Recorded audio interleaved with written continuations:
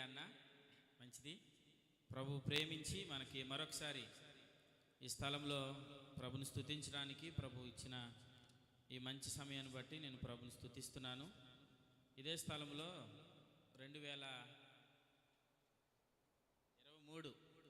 2023లో ఇదే స్థలంలో నిలబడి ప్రభుని స్తుతించడానికి ప్రభు సమయాన్ని ఇచ్చారు. మరలా ఈ 2025వ సంవత్సరంలో ప్రభుని స్తుతించడానికి మరలా ప్రభు సమయం ఇచ్చారు. మరలా 2028లో అదేంటండి అలా చూస్తున్నారు, మమ్మల్ని రానివ్వరేటి మీరు ఇంకా 2028లో? ప్రభు స్తోత్రం. యోహాను మొదటి పత్రిక 5వ అధ్యాయం, యోహాను రాసిన మొదటి పత్రిక 5వ అధ్యాయం 4వ వచనాన్ని చదివి ముందుకెళ్దాం. కొద్దిసేపు దేవుని వాక్యం విందాం. ఈ కొద్ది సమయంలోనే ప్రభువుని మనం స్తుతిస్తూ ప్రభు దగ్గర నుండి కొన్ని సంగతులు పొందుకుందాం. యోహాను రాసిన మొదటి పత్రిక 5వ అధ్యాయం 4వ వచనం. యోహాను మొదటి పత్రిక 5వ అధ్యాయం 4వ వచనంలో, దేవుని మూలముగా పుట్టిన వారందరూ లోకమును జయించుదురు, లోకమును జయించిన విజయము మన విశ్వాసమే. దేవునికి స్తోత్రం. లోకమును జయించిన విజయం మన విశ్వాసమే అనండి అందరూ. విజయం మన విశ్వాసమే. విశ్వాసము వలన మనకి విజయం అంటున్నాడు లేఖనం. ప్రభు మనకేం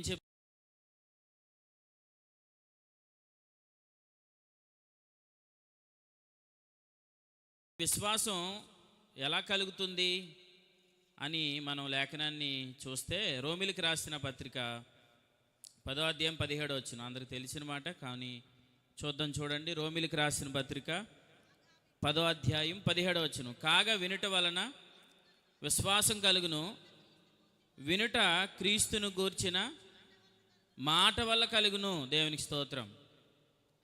విజయము మన విశ్వాసమే. అంటే విశ్వాసం వల్ల ఏం కలుగుతుందమ్మా? వెనకాల ఉన్నవారు, విశ్వాసం వల్ల ఏం కలుగుతుంది? విజయం కలుగుతుంది.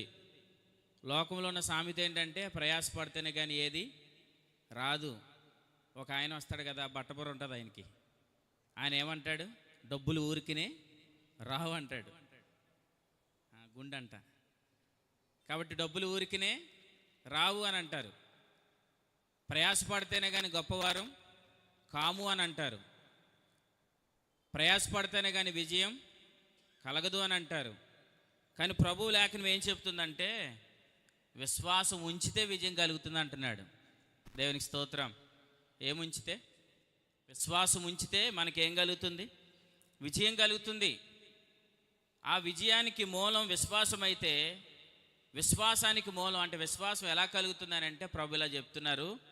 లేఖనం ఏం చెప్తుందంటే, వినుట వలన విశ్వాసం కలుగుతుంది. వినుట వల్ల విశ్వాసం కలుగుతుంది. అంతేకాదు, వినుట క్రీస్తును గూర్చిన మాట. దేవుని మర్మమై ఉన్న క్రీస్తును ఎవరైతే ఎక్కువగా వింటారో, ప్రభు అయిన యేసుక్రీస్తు ప్రభుల వారిని గూర్చిన సంగతులు, ఆయన ఎట్టువాడై ఉన్నాడో, ఆయన ఏమై ఉన్నారో, ఆయన ప్రేమ యొక్క పొడవు లోతు ఎత్తెంతో నిరంతరం ఎవరైతే తెలుసుకుంటున్నారో, వారు ఆటోమేటిక్గా ఏమవుతున్నారంటే, వారికి నిరంతరం విశ్వాసం కలుగుతూ ఉంటుంది. యేసుక్రీస్తు ప్రభుల వారిని గురించి ఎవరైతే వింటున్నారో వారికి ఏం కలుగుతుంది? విశ్వాసం కలుగుతుంది. లూకాసు వార్త 17వ అధ్యాయంలో, లూకాసు వార్త 17వ అధ్యాయం 5వ వచనంలో అపోస్తులు యేసు ప్రభుల వారి యొక్క శిష్యులు ఆయన దగ్గరికి వచ్చి ఒక మాట అడుగుతున్నారు. లూకాసు వార్త 17వ అధ్యాయం 5వ వచనం. అపోస్తులు మా విశ్వాసం వృద్ధి పొందించమని ప్రభుతో చెప్పగా, మా విశ్వాసం వృద్ధి పొందించమని ప్రభుతో చెప్పగా, అప్పుడు ప్రభు ఏమంటున్నారు చూడండి, మీరు ఆవగింజంతా విశ్వాసము గలవారైతే ఈ కంబలి చెట్టుని చూచి నువ్వు వేళ్లతో కూడా పెళ్ళగింపబడి సముద్రంలో నాటబడమని చెప్పినప్పుడు అది మీకు లోబడుతుంది. ఇంతకీ వాళ్ళు వచ్చి యేసుప్రభుని ఏమడిగారు? మా విశ్వాసం ఎలా వృద్ధి పొందుతుంది, మా విశ్వాసం ఎలా అభివృద్ధి చెందుతుందో అడిగారు. ఎందుకు అడిగారు అంటే, వారు కొన్ని ఎదురవుతున్న పరిస్థితులు బట్టి చాలా సందర్భాల్లో ప్రభుని వెంబడిస్తున్న శిష్యులు కొన్ని సందర్భాల్లో వారి విశ్వాస విషయాలు ఏమయ్యారు? తడబడ్డారు. కొన్ని సందర్భాల్లో ప్రభు ఇలా అన్నాడు, అల్ప విశ్వాసులారా అని అన్నాడు. నేను ఎంతకాలం మీతో ఉంటాను అని అన్నాడు. అంటే కొన్ని సందర్భాల్లో కొన్ని పరిస్థితులు ఎదురైనప్పుడు దాన్ని ఎలా అన్నాడు, ఆపద్దినము ఎదురైనప్పుడు, కష్టకాలం ఎదురైనప్పుడు, పరిస్థితులు వేరుగా ఉన్నప్పుడు వారి విశ్వాసులు ఏమవుతున్నారంటే సలగిలుతున్నారు. అప్పుడు ప్రభు దగ్గరికి వచ్చి ఒక రోజున వారు ఏకాగ్రతగా వచ్చి ఇలా అంటున్నారు, ఏమంటున్నారని, ప్రభువా మా విశ్వాసం ఎలా వృద్ధి పొందుతుంది, మా విశ్వాసం ఎలా అభివృద్ధి చెందుతుందో మాకు చెప్పవా ప్రభువా అని అడుగుతున్నారు. అడుగుతున్నప్పుడు యేసుప్రభులు వారు అంటున్నారు, మీరు కంబలి చెట్టుని చూచి నువ్వు వేళ్లతో కూడా పెళ్ళగింపబడి సముద్రంలో నాటబడమని చెప్పినప్పుడు అని అన్నారు. అంటే విశ్వాసం ఎలా కలుగుతుంది? మనం చూసాం, క్రీస్తును గూర్చిన మాట వినుట వల్ల కలుగుతుంది. అయితే ఆ విశ్వాసం ఎలా అభివృద్ధి చెందుతుంది చెప్పాలి. విశ్వాసం ఎలా కలుగుతుందని అంటే యేసు ప్రభుని గూర్చి వినటం వల్ల. విశ్వాసం ఎలా అభివృద్ధి చెందుతుంది? విశ్వాసం ఎలా అభివృద్ధి చెందుతుంది అని అంటే విన్నదాన్ని ఎక్కువగా మాట్లాడడం ద్వారా. దేవునికి స్తోత్రం. నాకు అర్థమైందని వాళ్ళు దేవునికి స్తోత్రం చెప్పండి. మంచి వాళ్ళు మీరు అందరూ. విశ్వాసమే మన విజయం. విశ్వాసమే మన విజయం. అంటే మన జీవితాలకి కట్టబడాలన్నా, లేదంటే గలతీ పత్రికలు ఆయన చెప్పినట్టుగా అద్భుతాలు చూడాలన్నా, విజయం చూడాలన్నా, ఇటువంటి ఫలభరితమైన జీవితాన్ని మనం అనుభవించాలంటే ఖచ్చితంగా మనకి ఏముండాలి? విశ్వాసం ఉండాలి. ఆ విశ్వాసం ఎలా కలుగుతుంది? యేసును వినటం వల్ల, యేసుక్రీస్తు ప్రభుల వారిని కూర్చిన సంగతులు వినటం వల్ల కలుగుతుంది. అయితే ఆ విశ్వాసం ఎలా వృద్ధి చెందుతుంది? విన్నదాన్ని నిరంతరం మనం ఏం చేస్తూ ఉండాలి? మాట్లాడుతూ ఉండాలి. మీకు మాట చెప్పనా, వాక్యం చాలామంది వింటారు, దేవునికి స్తోత్రం, కానీ విన్నదాన్ని మాట్లాడరు.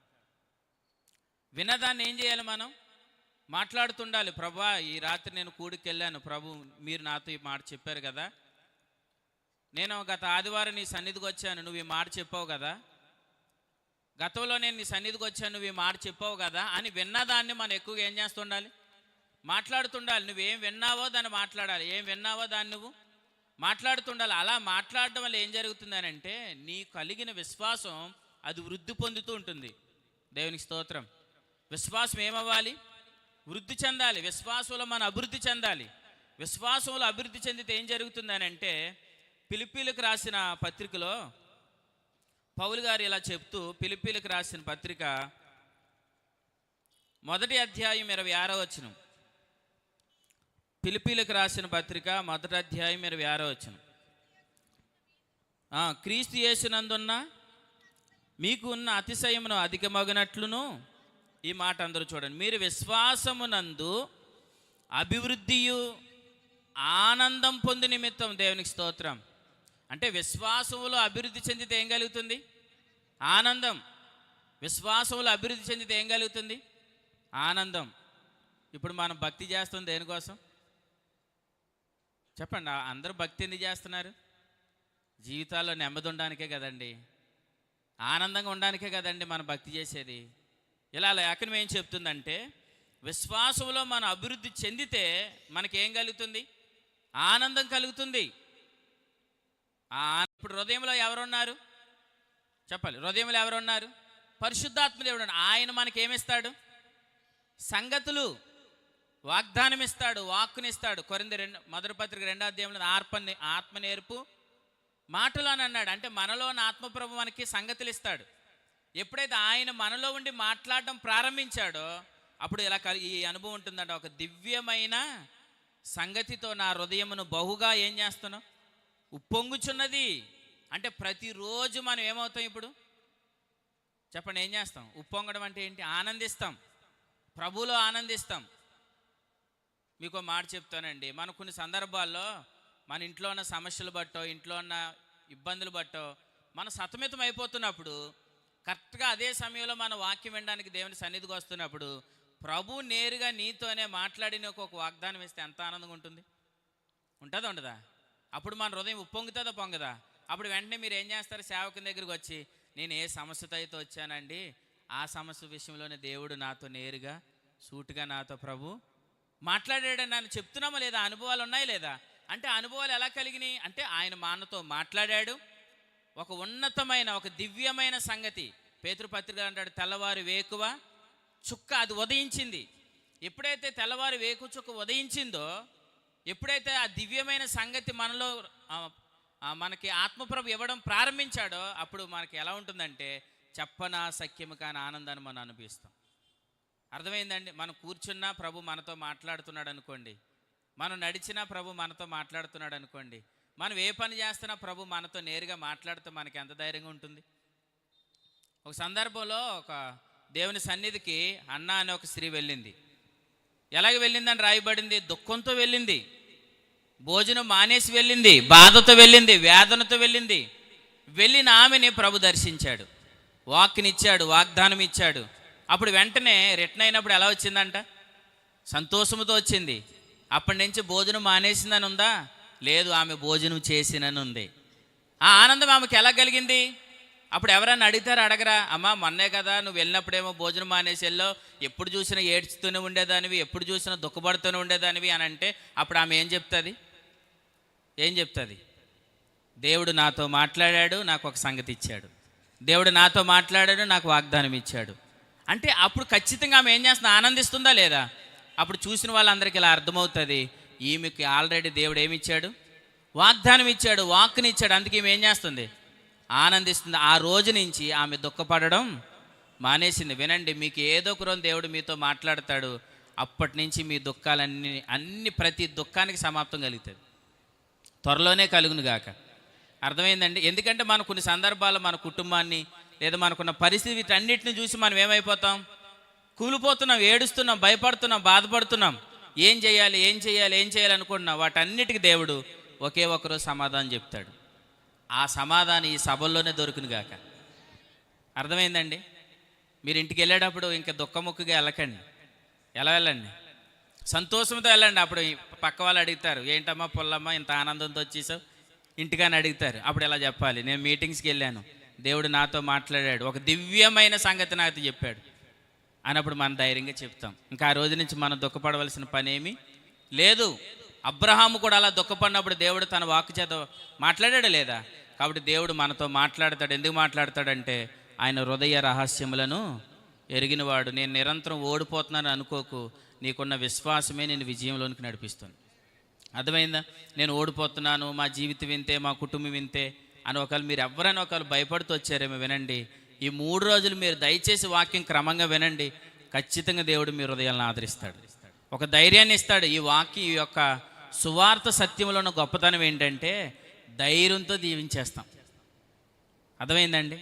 ధైర్యంతో మనం ఏం చేస్తాం? జీవిస్తాం. ధైర్యము, నిరీక్షణ, ఉత్సాహం అని చెప్పాడు.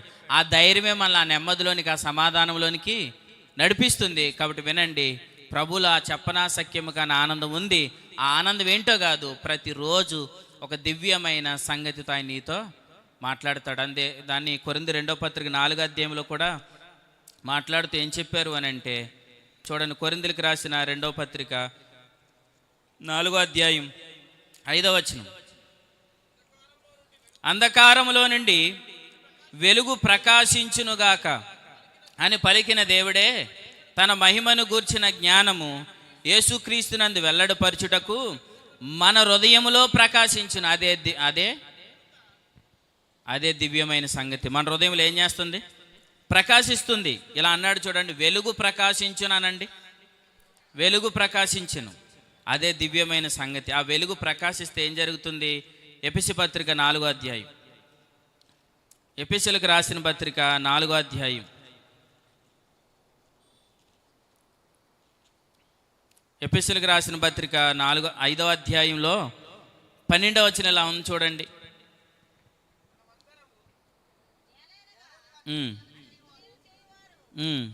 నేను చదువుతున్నాను చూడండి. 13వ వచనం.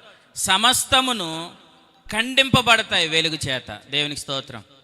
ఒక దివ్యమైన సంగతి నీ దగ్గరికి వచ్చిందంటే సమస్తము ఏం చేయబడతాయి? ఖండించబడతాయి. వెలుగు, దివ్యమైన సంగతి, వేకువ చుక్క, దర్శనం, వాక్యం, వాగ్దానం, వెలుగు, వీటన్నిటితో ఏమన్నాడు? సమస్తము ఖండింపబడతాయి. సమస్తం ఏం చేయబడతాయి? ఖండించబడతాయి. అంటే ప్రతి చీకటి, ప్రతి ఇరుకు, ప్రతి ఇబ్బంది, ప్రతి సమస్య కూడా ఏమవుతుంది? ఖండించబడుతుంది. కాబట్టి వినండి, ముందు మీరు సమస్య మీదో మీకున్న ఇబ్బంది మీదో కాదు మీరు మనసు పెట్టవలసింది, ప్రభు ఇచ్చే ఆ దివ్యమైన సంగతి మీరు మనసు పెట్టండి. ప్రభు ఏం మాట్లాడతాడు ఈ సమస్యలో ఉండగా, ప్రభు నాతో ఏం మాట్లాడతాడని మీరు ఆ దివ్యమైన సంగతి మీద మీరు మనసు పెడితే, ఆ వెలుగు మీద, ఆ దర్శనం మీద, ఆ వాగ్దానం మీద మీరు మనసు పెడితే, ఆ వెలుగు ద్వారానే సమస్త చీకటి ఏమవుతుంది? ఖండించబడుతుంది. మన జీవితాల్లో లేదా ఏదైతే సమస్యతో ఉన్నా అన్నీ కూడా ఈ యొక్క రాత్రి లేదా ఈ 3 రోజుల కూడిక ద్వారా ఖండించబడును గాక. రహస్యమైనవి కూడా ఏమవుతాయి? పైన చెప్పాడు చూడండి, 12వ వచనం, రహస్యమైనవి అని అన్నాడు. రహస్యమైనవి అని అన్నాడు. కొరింథీ 2వ పత్రిక 3వ అధ్యాయంలో, నేను ముగిస్తున్నాను. కొరింథీలకు రాసిన 2వ పత్రిక 4వ అధ్యాయం 2వ వచనంలో ఎలా ఉంది చూడండి, అవమానకరమైన రహస్య కార్యాలు అని అన్నాడు. అంటే చెప్పుకోలేని సమస్యల నుంచి కూడా నీకు విడుదల కలుగుతుంది. అర్థమైందండి? చెప్పుకోలేని సమస్యల నుంచి కూడా నీకు ఈ రాత్రి విడుదల కలుగుతుంది. మీరు నమ్మండి, మీకున్న సమస్య నేను ఎవరికి చెప్పుకోలేకపోతున్నానండి అని నువ్వు అనుకోవాల్సిన భయం కూడా నీకు లేదు. ఎందుకు? దాని నుంచి కూడా దేవుడు నీకు విడుదలిస్తాడు. సమస్త చీకటి ఏమవుతుంది? ఖండించబడుతుంది. ఎప్పుడు? దివ్యమైన సంగతి ద్వారా. ఆ దివ్యమైన సంగతి నీకు ఇవ్వడానికే నీలోనికి ఎవరు వచ్చారు? పరిశుద్ధాత్మ దేవుడు వచ్చాడు. ఆయన నిరంతరము నీతో మాట్లాడతాడు. ఆయన మాట్లాడుతున్నప్పుడు ఆ దివ్యమైన సంగతి వెల్లడవుతుంది. ఆ దివ్యమైన సంగతి, ఆ వెలుగు ద్వారా సమస్త చీకటి ఖండించబడుతుంది. సమస్త చీకటి ఎప్పుడైతే ఖండించబడిందో చీకటిలోంచి కూడా నీకు దారి కనబడుతుంది. అర్థమవుతుంది? ఎర్ర సముద్రం దగ్గరికి వెళ్ళేంత వరకు వారికి తెలియలేదు ఎర్ర సముద్రంలోంచి దారి ఉందని. నీ ఎదుటున్న ఆ చీకటి ఎప్పుడైతే అది ఖండించబడుతుందో అప్పుడు నీకు కనబడుతుంది దాని మధ్యలోంచి దారి ఉందని. అర్థమైందా? నీకు ఆ దారి త్వరలోనే కనబడును గాక. ద్వారం కనబడకపోతే మనకి ఎలా ఉంటుంది అన్నాడు ఆదికాండం 19వ అధ్యాయంలో. విసుగు, ద్వారం కనబడకపోతే ఎలా ఉంటాం? విసుగు. కొంతమంది ఇసుకుపోతున్నారండి. ఎందుకు ఇసుకుపోతున్నారు? ఇసుకుంటున్నారు లేదా? స్త్రీలు భర్తల మీద ఇసుకుంటారు, భర్తలేమో పురుషుల మీద ఇసుకుంటారు. వీళ్ళిద్దరు దెబ్బలాడేసుకొని పిల్లల్ని ఏడిపించేస్తారు కదా. అంటే విసుగు. దేనికి విసుగు? ద్వారం కనబడడం లేదు, మార్గం కనబడడం లేదు. ద్వారం, మార్గం ఎందుకు కనబడడం లేదు? సమస్త చీకటి ఖండించబడడం లేదు. సమస్త చీకటి ఎందుకు ఖండించబడడం లేదు? నువ్వు ఆ దివ్యమైన సంగతి నువ్వు ఎలా పొందుకోవాలని నువ్వు ఎదురు చూడడం లేదు. ఏదో చేసేద్దాం అని అనుకున్నావు. కానీ ప్రభు ఎలా అన్నాడు? ఆయన ఏం చెప్పాడంటే, ప్రయాసపడువానిలో కానీ, తర్వాత ఏమన్నాడు? పొందగోని వారిలో కానీ ఏమీ లేదన్నాడు. ప్రయాసతో తెచ్చుకుందాం అనుకున్నది అవదు. విను, ప్రభు అంటున్నాడు, కరుణించు దేవుడి వల్లే జరుగుతుంది. అర్థమవుతుందా? సమస్త చీకటి ఖండించబడితే నీకు ద్వారం కనబడుతుంది. ద్వారం కనబడితే నీకు విసుకుండదు, మహిమాయుక్తమైన సంతోషాన్ని నువ్వు అనుభవిస్తావు. అర్థమైందా? ద్వారం ఉంది, నువ్వు మూసిపోయింది అనుకోకు. నీ ఎదుటే ద్వారం ఉంది. అది మోసేకి అర్థమైంది, కానీ అక్కడ వెనకాల ఉన్న ప్రజలందరికీ అర్థం కాలేదు. మోసే, ఇక్కడ చంపేయడానికి మమ్మల్ని తీసుకొచ్చావా? ఇక్కడ మాకు అక్కడ సమాధులు లేవా? అక్కడ అది లేవా, ఇది లేవా అని అంటున్నారు. కానీ అప్పుడు ప్రభుతో ఎప్పుడైతే మోసే ప్రార్థన చేశాడో అప్పుడు ఎర్ర సముద్రంలోంచి కూడా మార్గం వారికి కనబడింది. ఈ రాత్రి ఏదైతే ద్వారం మూసిపోయింది అనుకుంటున్నావో అక్కడే దేవునికి ద్వారం చూపించును గాక. అర్థమైంది? ఆయన ద్వారాలు మూసేవాడు కాదు, ఆయన ద్వారాలు తెరిచేవాడు. అర్థమైంది? ఆయన ఎవరు? ద్వారము తెరిచేవాడు. నేనే మార్గం అన్నాడంటే అర్థం ఏంటి? ఆయన మార్గాలు తెరిచేవాడు తప్ప మార్గాలు మూసేసేవాడు కాదు. నా మార్గాలన్నీ మూసిపోయినాయండి నువ్వు అనుకోకు. ఆల్రెడీ దేవుడు నీకు ఒక మార్గం తెరిచి ఉంచాడు. అర్థమైంది? ఆ మార్గం గుండానే దేవుడు నిన్ను నడిపిస్తాడు. అది చాలా ఉన్నతమైన ఆనందం. అది పరిశుద్ధాత్మ యందలి ఆనందం. ఆ ఆనందాన్ని మీరు అందరూ అనుభవించుదురుగాక. కాబట్టి ప్రభు దగ్గరికి వస్తే ఏమీ లేవు అని అనుకోకండి, సమస్తము ప్రభు ఇవ్వగలడు. అర్థమైందండి? ప్రభు ఇలా చెప్పాడు కదా, నాటువానిలో కానీ నీళ్లు పోయేవానిలో కానీ ఏమీ లేదు, వృద్ధి కలిగించేవాడు దేవుడే. అంటే అర్థమేంటి? నీళ్లు పోయేవాడు, నాటేవాడు మనిషి. నీ అభివృద్ధి మనిషిలో లేదు. అర్థమైందా? నీ అభివృద్ధి ఎవరిలో ఉంది? దేవుల్లో ఉంది. ఆయన వైపు చూస్తే వెళ్తే సమస్తాన్ని ప్రభు సఫలం చేస్తాడు. కీర్తనల గ్రంథం 37వ కీర్తన 4వ వచనంలో నీ హృదయ వాంఛలన్నిటినీ ఆయన తీరుస్తాడని ఉంది. హృదయ వాంఛలన్నీ తీరుస్తాడు. సామెతల గ్రంథం 16వ అధ్యాయం 3వ వచనంలో ఇలా ఉంటుంది, ఆయన సమస్తాన్ని సఫలం చేయును అని అంటాడు. ప్రతి దాన్ని ఆయన ఏం చేస్తాడు? సఫలపరుస్తాడు. అలాగే కీర్తనల గ్రంథం 20వ అధ్యాయంలో కూడా మాట ఉంటుంది. చూడండి, నేను ముగిస్తున్నాను. కీర్తనల గ్రంథము 20వ కీర్తనలో హృదయ వాంఛలు ఆయన ప్రభు తీరుస్తాడు ఖచ్చితంగా. కీర్తనల గ్రంథము 20వ కీర్తన 5వ వచనం ఇలా ఉంది చూడండి. నీ ప్రార్థన అన్నీ యెహోవా ఏం చేస్తాడు? సఫలపరుస్తాడు. నీ ఉద్దేశాలను నెరవేరుస్తాడు, నీ ఆలోచనలు నెరవేరుస్తాడు, నీ ప్రార్థనలన్నిటిని ఆయన సఫలం చేస్తాడు. దాన్ని మన పత్రికల్లో చూస్తే ఎలా ఉంది? దైవభక్తి అన్ని విషయములలో ప్రయోజనకరం అని చెప్పాడు. జీవానికి భక్తికి కావలసిన వాటన్నిటినీ ఇస్తానని చెప్పాడు. కొన్ని ఇస్తానని చెప్పలేదు. జీవానికి భక్తికి కావలసినవన్నీ ప్రభు ఇస్తాడు. దైవభక్తి అన్ని విషయములలో ప్రయోజనకరమైందని చెప్పాడు. ఇలా అన్నాడు, క్రీస్తు యేసులో మీ ప్రతి అవసరత తీర్చబడుతుంది. ప్రతి అవసరత తీర్చబడుతుంది. దైవభక్తి అన్ని విషయాల్లో ప్రయోజనకరం. నీ జీవానికి నీ భక్తికి కావలసినవన్నీ కూడా ప్రభు ఇస్తాడు. అర్థమైందండి? ఆయన కొన్ని ఇచ్చేవాడు, కొన్ని వదిలివేసేవాడు కాదు. ఇంతవరకు నేను నడిపించాను కదా, ఎక్కడి నుంచి నువ్వే నడువు అండవు. నువ్వు ఆయన మీద ఆనుకుంటే నిరంతరం ఆయన నిన్ను నడిపిస్తాడు. నీకు కావలసినవన్నీ కూడా ప్రభు ఇస్తాడు. కాబట్టి ప్రభువులో ఏముంది? ఆనందం ఉంది. ప్రభులో చెప్పనాశక్యము కానీ మహిమాయుక్తమైన సంతోషం ఉంది. ఆ సంతోషాన్ని మీరు అందరూ అనుభవించుదురుగాక. ఆ సంతోషానికి ఇంకెవరైనా ఒకవేళ వారసులు కాకపోతే వినండి, మీలోని పరిశుద్ధాత్మ ప్రభుని మీరు పొందండి. పరిశుద్ధాత్మ దేవుడు ఎలా మన హృదయంలోనికి వస్తాడు అని అంటే, మీరు యేసుక్రీస్తు ప్రభుల వారి యందు విశ్వాసం ఉంచితే చాలు. యేసు ప్రభు అని నోటితో ఒప్పుకొని ఆయన మృతుల్లో నుండి తిరిగి లేచాడనే హృదయమందు విశ్వసిస్తే చాలు, పరిశుద్ధాత్మ దేవుడు మీలోనికి వస్తాడు. మీకు రక్షణ కలుగుతుంది. మీరు నీతిమంతులుగా తీర్చబడతారు. ఎప్పుడైతే పరిశుద్ధాత్మ దేవుడు మీలోనికి వచ్చాడో అప్పటి నుంచి ఆయన మిమ్మల్ని నడిపిస్తాడు. మీకు దివ్యమైన సంగతినిస్తాడు. మీకున్న సమస్త చీకటిని ఆయన ఖండిస్తాడు, ద్వారాలు తెరుస్తాడు, మహిమాయుక్తమైన ఆనందంలోనికి మనల్ని ఆయన నడిపిస్తాడు. అటువంటి అనుభవాలు దేవుడు మీకు అందరికీ అనుగ్రహించును గాక. ఆమేన్. తల వంచండి, చిన్న ప్రార్థన.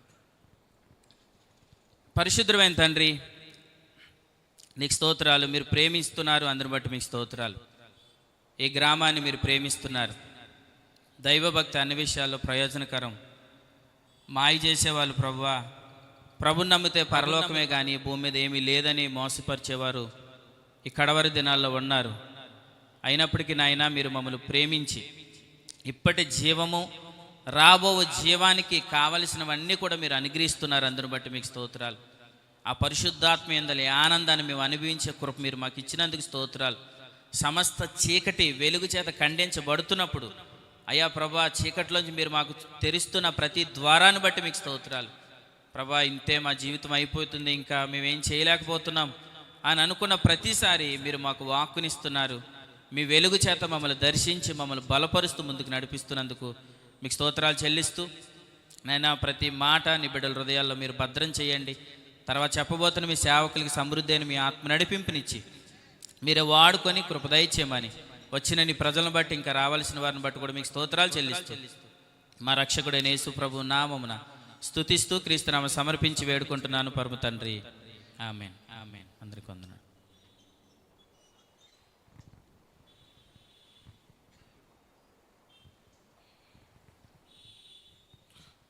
దేవునికి స్తోత్రం అండి. నిజమే, విశ్వాసమే విజయం. మనకి సమయం తక్కువగా ఉన్నందున వలన ఒక పల్లవి చరణం పాడుకుందామండి. మన మధ్య ఉన్న దేవుని సేవకులు రాజేష్ గారు వచ్చి, పెంటపాడు రాజేష్ గారు వచ్చి ఒక పల్లవి చరణం పాడతారు. దాని తర్వాత మన సేవకులను పిలుచుకుందామండి.